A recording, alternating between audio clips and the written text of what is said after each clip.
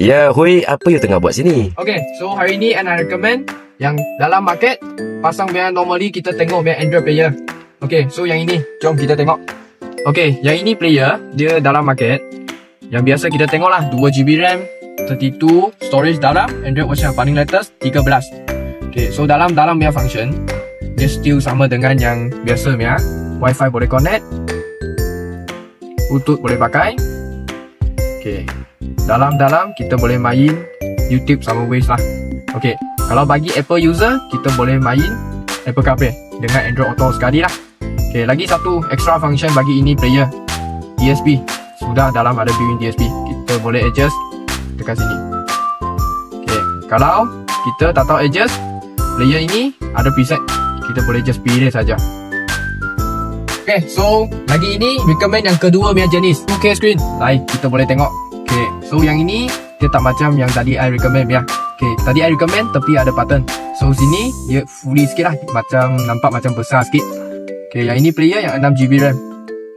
Nampak? So semasa kita main Waze YouTube dalam akan lagi smooth sikit lah. Okay, so dia pakai punya processor. Nampak? 8-core processor. Dia akan lagi hebat, lagi smooth.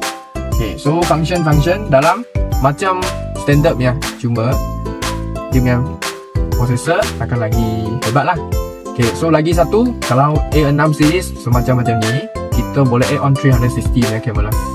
So kita reverse, kita boleh tengok, depan kita pun boleh tengok, kiri kanan pun boleh tengok sekali. Yang ketiga jenis yang macam ni, yang paling latest dekat market sini, door knob Android player. Okay, ada dua knob dekat sini lah. Okay, so dia punya design macam Lexus, macam Viewfire yang paling baru punya NH40 punya design. Okay, so kita tengok. Yang ini dia ada 3 spek, 2GB, 4GB sama 6GB. Okay, so yang ini player dia jalan 6GB RAM. Okay, sama lah, processor pun pakai 8-core processor 2.0Hz. Okay, so kita tengok dia punya function. Okay, dia punya function macam biasa, Waze, YouTube semua boleh, CarPlay pun boleh juga. Yang paling special, sini dia boleh control dia punya volume. Okay, bagi yang tak ada steering control punya owner, dia senang lah untuk adjust suara, adjust dia punya lagu next atau brief lah. Lagi senang. Okay, so tengok dia punya design pun banyak cantik. Okay, yang keempat macam ni, Luxury Series 12.3 inci. Nampak? Dengan biasa punya player dia hanya 9 inci, 10 inci saja.